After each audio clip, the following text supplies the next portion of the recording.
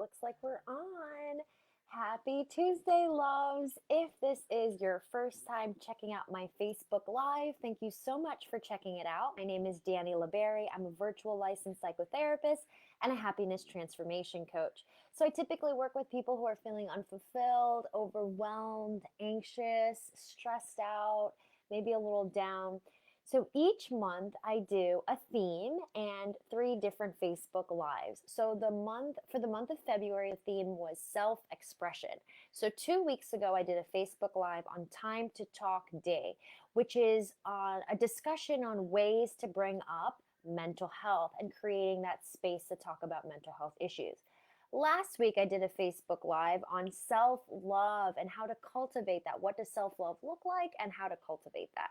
And tonight's Facebook Live is random acts of kindness. So let's jump right in. To give a little bit of a backstory on the Random Acts of Kindness Day, the intention is to create and inspire people to be kind to one another. And with the hope that if, say, for example, if I run into you somewhere and I'm kind to you, it would fill your cup up and you turn around and be kind to someone else. So I wanted to give some discussion on ways of random acts of kindness and also bring up the health reasons as to how this could actually benefit your soul to be kind. So 5 easy tips here. 1, send an uplifting text to either a family member or a friend, letting someone merge into traffic.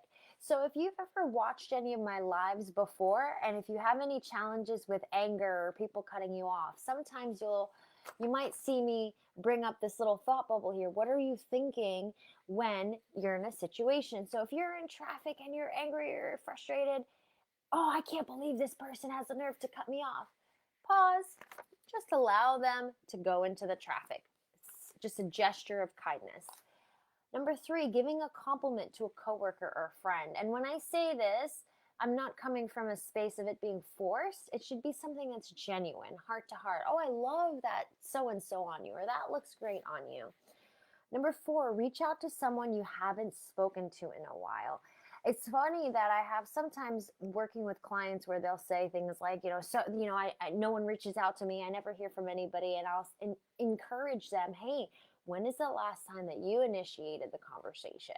Because sometimes when we initiate it, how many times is it that, oh, I'm so glad, I've been thinking about you. I'm so glad you reached out and I'm so glad that you said something to me. So reaching out to someone you haven't spoken to in a while.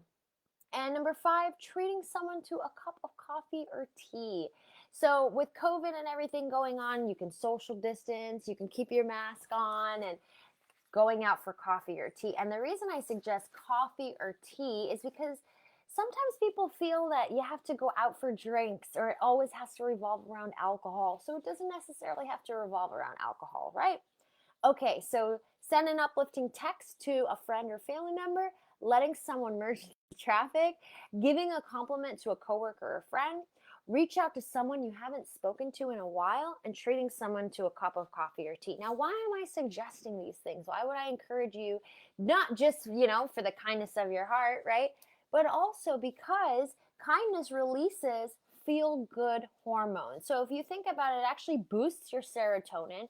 Serotonin is a neurotransmitter that's responsible for feelings of satisfaction and well-being. The other thing is it also reduces stress. We're always looking for ways to reduce stress, right? Meditation, exercising. Acts of kindness actually influences reducing stress. Why is that? Well, if you checked out my caption, you'll notice I said, when in doubt, focus out. Sometimes we get lost in our thoughts and we get lost in our head.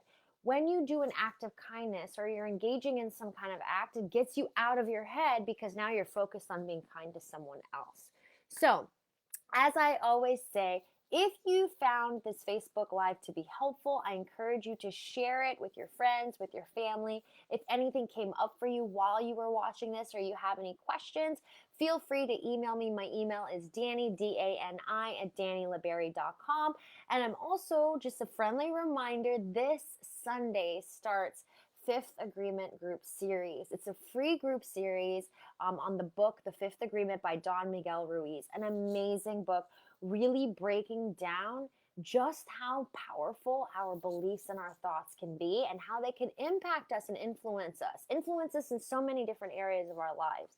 So I would encourage you, if you have not ever been to any of my book club group series, to check it out. It's going to be so awesome. It's for 13 Sundays. And I have to tell you that some of the feedback that I've gotten in the past from the other group series, the book club group series that I've done, is people really liked doing that on a Sunday afternoon, Sunday evening. It's usually around 6 p.m. Eastern Standard Time.